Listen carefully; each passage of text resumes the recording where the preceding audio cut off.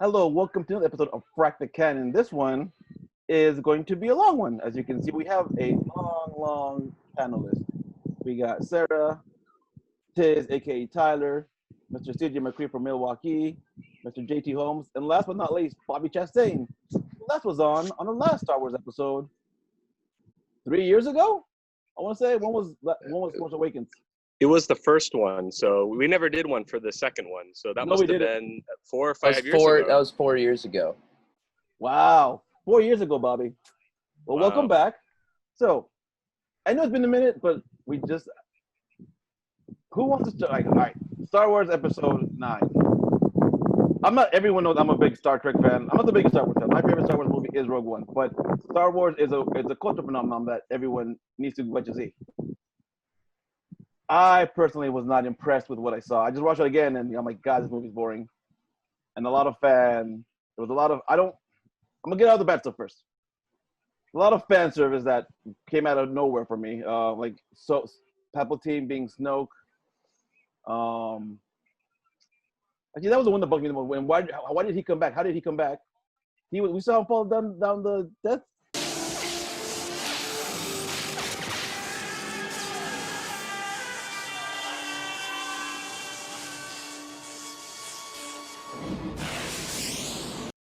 Star Chamber and explode. I'm like, what happened? Where was that? Those are my thoughts. Who wants to go first on their thoughts of Star Wars: Rise of Skywalker? Well, I think that it's been really documented on the internet how bad it is. So I don't know if I can find fresh ways to bury the thing, but I agree with you. One of them is what does it take to kill somebody in that universe now, right? I mean, he cut in half, thrown down an endless shaft. It seems like that's happened to several characters when they come back. So one would only hope that the Star Wars franchise itself, that has now been cut in half and thrown down a bottomless shaft, won't now resurface again later to make more movies. They couldn't even let Carrie Fisher die properly. Whoa! I'm just saying. I thought they should have recast that. They could have put like Meryl Streep. They could have done something. And even in Rogue One, they could have had Charles Dance play Peter Cushing's role.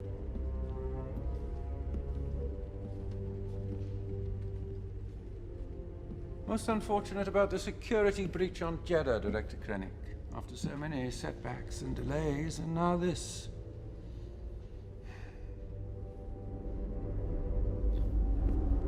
We've heard word of rumors circulating through the city.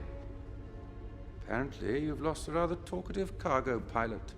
Yeah, all these things they've shown that, like, by doing this face casting stuff, like, it definitely, I heard someone title it Retcon of the Jedi or Retcon of Skywalker, because, like, it's so clear. Like, I hear what you're saying, Bobby. There's, like, literally, we could post 800 articles about why the movie was just bad.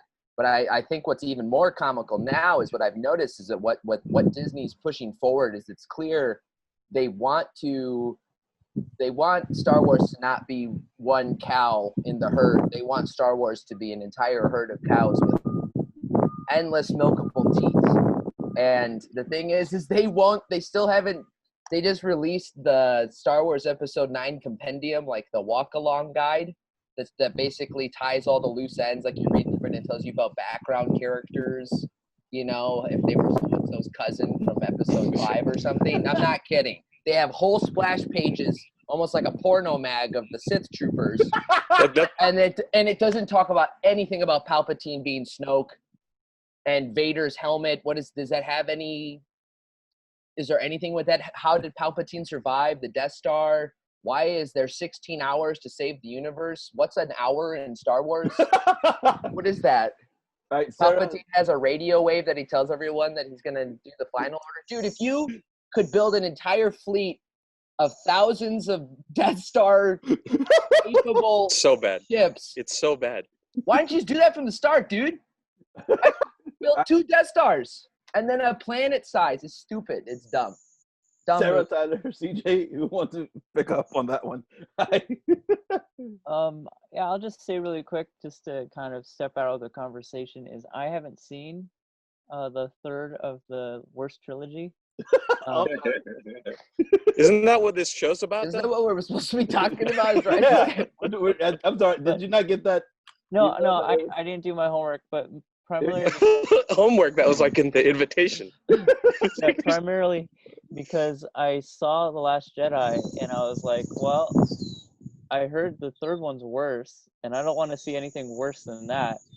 So, The biggest, I think, for me, the biggest complaint that was that it retconned everything that they set up in The Last Jedi. Right. yes, It was. that's what I heard too. It was. Do you want us to spoil it for you? We'll spoil it for you. Yeah, Who cares? All right. yeah. So the biggest thing is that, remember how she was told she's no one special. Like she's a Palpatine. Like she's the granddaughter of Palpatine. Which insinuates that Palpatine got freaky with someone and Yeah, had a real daughter. They Or didn't could have used mention- his magic. They didn't It was mention a- was she made through the Force? Was she a clone child? Nothing. They don't say anything. What was it, Sarah? What did you say, Sarah? He had himself cloned. So I don't know. I'm pretty sure. I don't know if Ray would then be his weird Well, clone. that's the old canon stuff where they actually used to talk about clones, but they actually show it's his daughter. Palpatine's daughter has Ray. Quick. I have a quick story. So I was in line for Phantom Menace the first day. You guys are all too young to have been in line for Phantom Menace. You were all in kindergartens. I was a But- teenager. Well, whatever. Same difference. So I was in line, and we were stuck behind this guy who was like this super nerd. He was talking about this planet of Palpatines and how it's like all these clones. And I remember me and my friend thinking, "Wow, this guy! What a terrible idea!" That's like the bottom of the barrel fan fiction. And why does this guy know that? And then that's what this movie was. Yes. Yeah. But that's literally, I said, in old canon, you find out Palpatine just makes clones of himself, so if he dies, he just moves his spirit into it, like a rental car.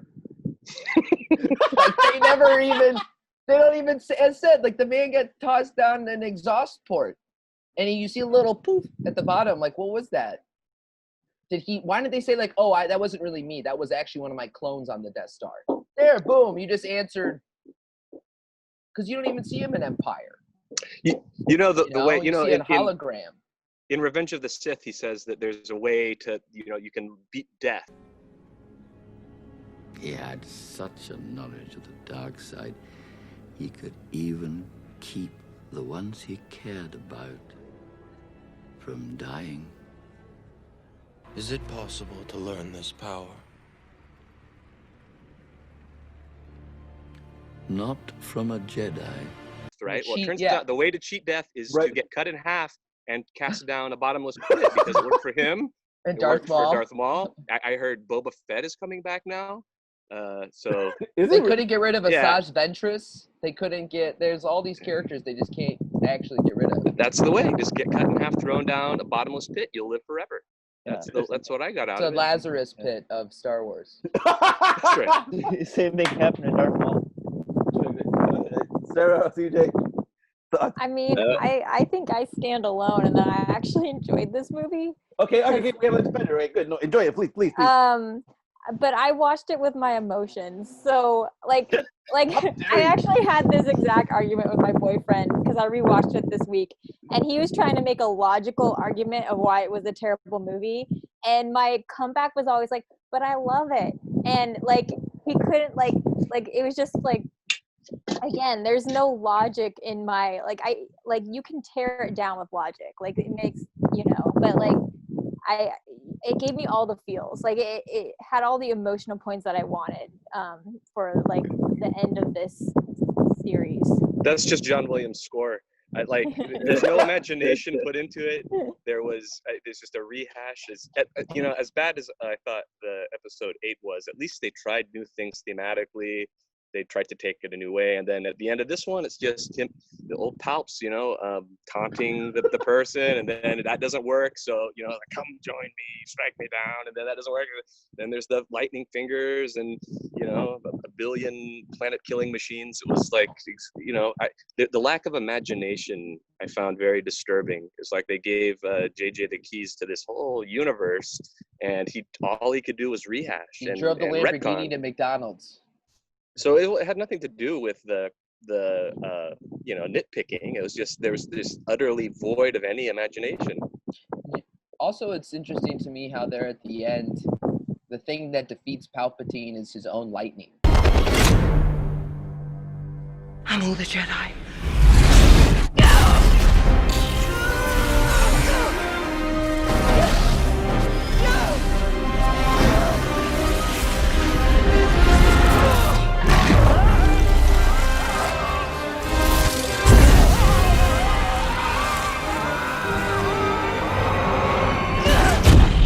All she's doing is deflecting it back at him.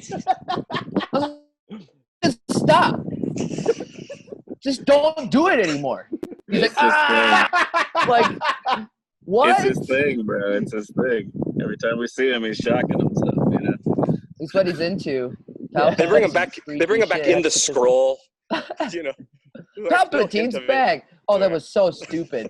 The Oscar Isaacs Oscar-winning moment. Palpatine's returned. Somehow. Palpatine's returned. Because I just watched it before we did it again. I'm like, and it's like, somehow he's come back. I mean, what do you mean somehow he's come back? How do you know he's back? Even back in? It's. But all right, so I'm trying to. So Sarah's the defender for the champion. I enjoyed it. I had a lot of. I always like watching it the first time and rewatching it. I enjoy it. I like watching the orangutans fling shit. Let me step on the fence here, because I'm not exactly in Sarah's camp, but I didn't hate it though when I watched it. I didn't hate it, and possibly because I heard everybody talk mess about it. Possibly because like at the end of The Last Jedi, I was like kind of done with the series, maybe, so I didn't have any expectations of it. And not for the reasons that most people hated The Last Jedi. I thought The Last Jedi was okay. But I thought this movie was okay as well. It wasn't, I mean, I saw like this, it was like really corny, I thought. It was really like, I mean, it was everything that you guys were saying about it. But whatever, I just kind of, sat back as somebody who's not like a huge Star Wars fan. Somebody who likes Star Wars, but like is not a huge Star Wars. I just kind of sat back and like kind of enjoyed what they gave to me. I'm sorry, CJ. I saw your like favorite? The three of you did the list of like the most important scenes to you. Wasn't like? Didn't you have Star Wars scenes like up and down that list? And now you're saying you're not a Star Wars fan? I had one Star Wars. Oh, okay. Just I had one only. Star Wars scene. Right. The I'm your father scene. Oh. and if you watch the video, you know that I begrudgingly put it in my list. You did say that multiple times. I begrudgingly put it in my list. But no, look, I thought this movie was okay. Could it have been better? Yeah, it could have been loads better. But the first thought that I had is they should have started here. That was like my actual thought when I was watching. I was like, you know what? Like the way this movie begins, this is where the trilogy should have started. Because I'm already like more interested in what is happening, like, and how that happened, and like the ins and outs of what set this movie up than I was in any of the other two movies. Like start here and then go. You know what I mean? It also felt like the crew. I really liked the chemistry that John Boyega and Daisy Ridley and Oscar Isaacs had, but this is the first time we'd seen them together, and they're making references of, you're such a difficult man, like they've had all this trade-off and stuff, but this is the first time we've seen them interact at all. It's like, wait, this is the third movie, and this is the first time we've seen them and Chewie and 3PO and take the Falcon out. I'm like, how, you know what I mean? It's too late. I didn't feel like I learned anything about any of those characters. No, and nothing happens to them. What happened to Finn? What was Finn's arc in this movie? What was his arc in the whole trilogy? He becomes selfless in Last Jedi. He finally becomes selfless, I guess. But he was he came from a selfless background. Finn is the stormtrooper. Yeah. So he's already done that. They were trying to. That's not a good arc. Oh, it's not. Really not. They were trying to claim that he left the First Order to save his own ass. That's what they were trying to say. I mean, that's my point on like why I abandoned this trilogy is like these characters don't have arcs. Like why Star Wars is so great. The original is it's so simple in the arcs that the characters have. Right. And it's so universal. They don't make any sense. Right. Finn is a First Order stormtrooper janitor He was a janitor. on the Starkiller base, and for some reason is a part of Kylo Ren's death squad also. So not only is he a janitor on the Starkiller base, he also, I guess, the janitors are the first ones called up to go with Kylo Ren to go hunt down leads to. And then he also is an expert hand-to-hand combat janitor. It's like the what whole the thing. hell? It's harebrained. It's cockamamie. It is an abomination. And Ray could have been flying ships the entire first part of the film. It would have made sense how she knew how to fly the Falcon. And she's like, "Oh, I don't know. I just did it." Like, yeah, even in A New Hope, Luke is like making all these comments as to how he's a good pilot to explain how he can fly later. Like, they didn't. I don't think more expositional dialogue is the answer that would have saved this new trilogy. No, yeah, she was doing like doing Fast and Furious shit with the Falcon. She was doing some real. Right. Yeah, Sarah, you've been quiet. What do you think? Luke wasn't even that good of a pilot compared to Ray. Even Anakin wasn't as good as Ray, it seems. That Potters was cool though. Sarah, you've been quiet. A long time ago. Yeah. What, Renee? What do you think? What do you think about what they're saying? I mean, I watched this movie with my emotions. Like, I can't. Rose tinted glasses. Yeah, like I can't refute any of these points. They're all true. It is a regurgitation of the original trilogy. But the original trilogy worked. I mean, it's not as good of regurgitation, but again, I watched it with my emotions. Is it ever? I loved Kylo Ren getting to say goodbye to Han Solo. I know what I have to do, but I don't know if I have the strength to do it.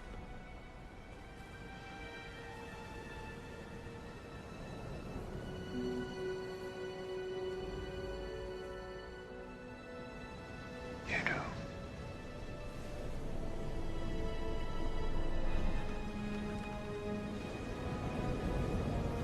Dad.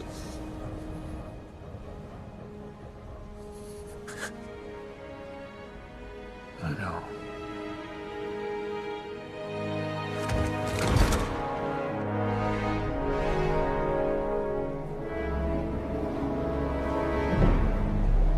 Like, for me, that was an emotional moment that I think I really enjoyed. I like them because I like them getting that final moment together. And they caught Harrison Ford at the end of a bender. They're like, they kidnapped him.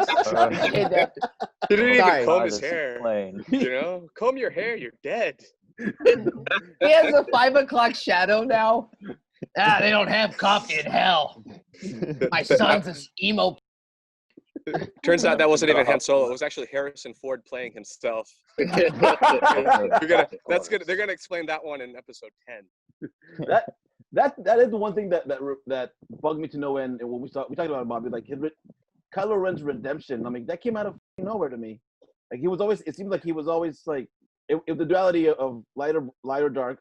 I'm like, all right, he's gonna go light, but he's gonna go dark. I'm like, no, like, what? That came out of nowhere. They definitely introduced him at the end of Force Awakens, especially after killing his father, as being like, oh, this kid's gone. That's and what there was no he kind of just then stood on the fence the rest of the 2 films, you know? Right. Like, so him coming back, you're like, eh. So like, and then like him fighting the Knights of Ren, I was like, these are the same guys that you went around murdering people with in the galaxy. You're not a good guy now. You were like, make up your mind. This is your death squad, bro. It's like, I'm gonna fight you now. I'm like, dude, this is the people you slaughtered people with. Like, there were so many places they could have taken that, right? The deadbeat dad, he left to go smuggle. I mean, all this stuff they could have done for these characters. I'm not suggesting that I have the right answer, but they certainly didn't either. It was just like there was no story there. It was just set pieces, one after another for 7 godforsaken hours. Why was Luke a Force projection in Last Jedi when he just dies anyways? Right. Yeah, right. Like, what? So I was talking to you about this, and it's funny. Like, it seemed like the best told movies of the Star Wars universe are never, like, at least are the original trilogy, but because they have nothing to do with them, and it's personally for me my favorite Star Wars movie is the one. It has nothing to do with the Skywalker, nothing to do with the the Federation. It's what it does. It's up the Rebels. There is. I cared for those characters. I cared for that journey. With the new trilogy, again, what was the story? What was the arc? With the prequels, we already knew what was happening. And then right now with the Mandalorian, are you watching? Anyone watching the Mandalorian? Yeah. Yeah. Like that's amazing. But why is it so lately the Skywalker stuff not as good? Do you know why it's so good? Why? Because John Favreau has banned Kathleen Kennedy from set. Is that true? I've heard. I don't know if it's true, but I believe it because it's so much better. Favreau is responsible for, and Taika Waititi has directed, I think, 2 episodes. Bryce Dallas Howard's gotten in on that. The major problem that Kathleen Kennedy had going into this was that she had segmented the 3 films when they could have written all 3 of them in tandem so that they could have made sure that the first part made sense at the end, because that's such a unique. I mean, Lucas was kind of tied in with episodes 1 through 3. He had to make Vader happen. But here you have a completely fresh kind of start, and they could have written the 3 movies in tandem, all at once, same directors, same writers, something like that, maybe different directors, but same writers, but instead they broke it up, and that's why the movies are kind of like, oh, it's this, and then it's this, and then it's this again, and as a viewer, you're kind of like, it's confusing, you know? It's like going hot to cold, hot to cold, hot to cold. You just can't really enjoy it. Zero cohesion. Right. I can't imagine 2 more 180 degrees than going from whatever they were doing to 8 and then to 9. It was who's complete mood change. Who's looking too. After this? Right. Yeah, tonally different. The story was different. The themes, and then even just zero cohesion. That no one was watching the shop.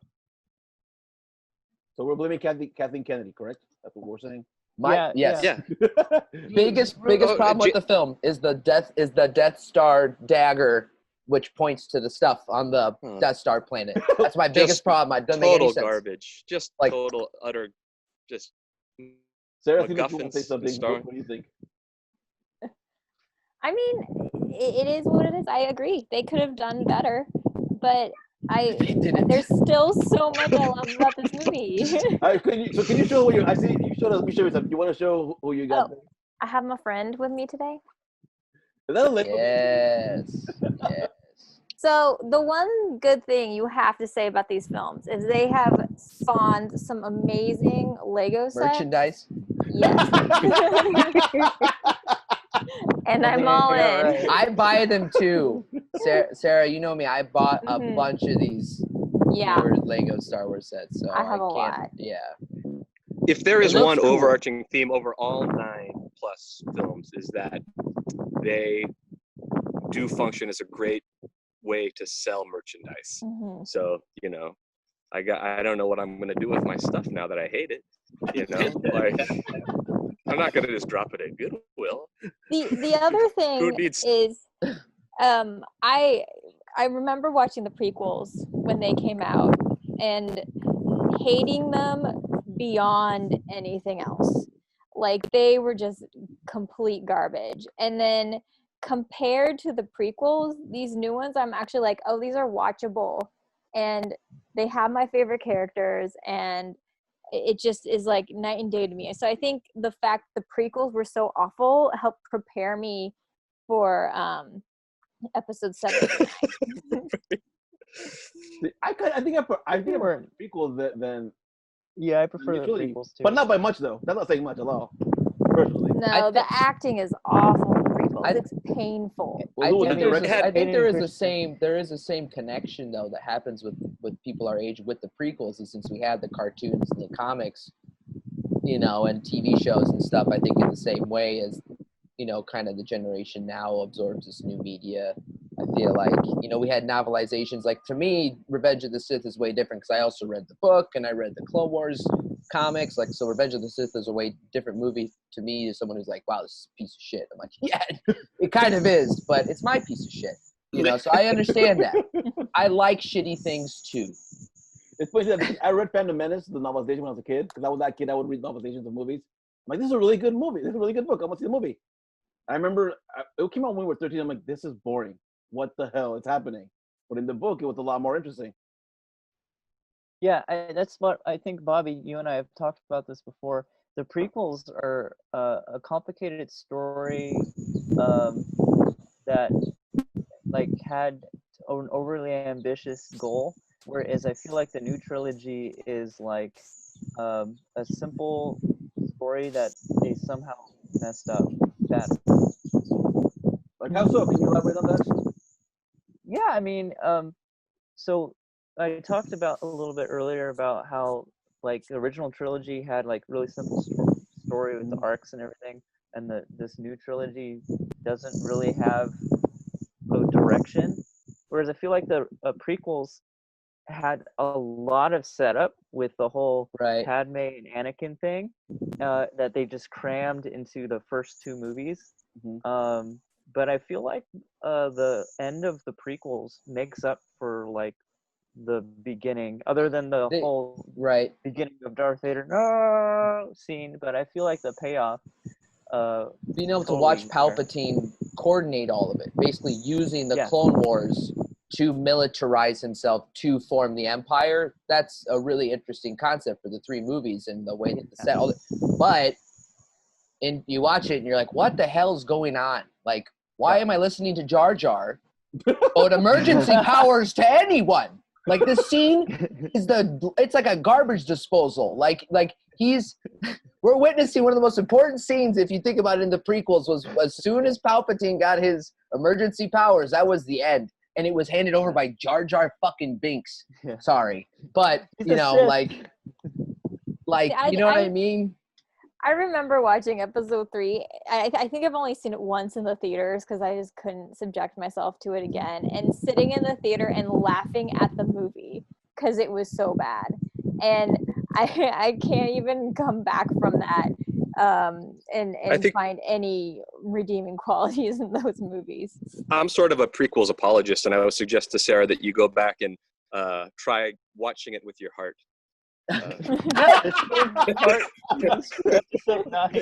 Nice. Try not to get hung up on things like performances and logic, execution, and just watch with your heart. And I think you'll enjoy it a lot better because you'll get the feels. The John Williams music is still there, and I think you'll take it. I don't know. I think I'm too prejudiced. I don't. Watch it with your heart. I accidentally muted you, Sarah. You want to unmute yourself? Sorry. Cut her mic. Silencing women, René. I have that power now to mute. Are we? So we're at the 30-minute mark. Are we having to transfer over? Any final thoughts or about that? Anyone have to go?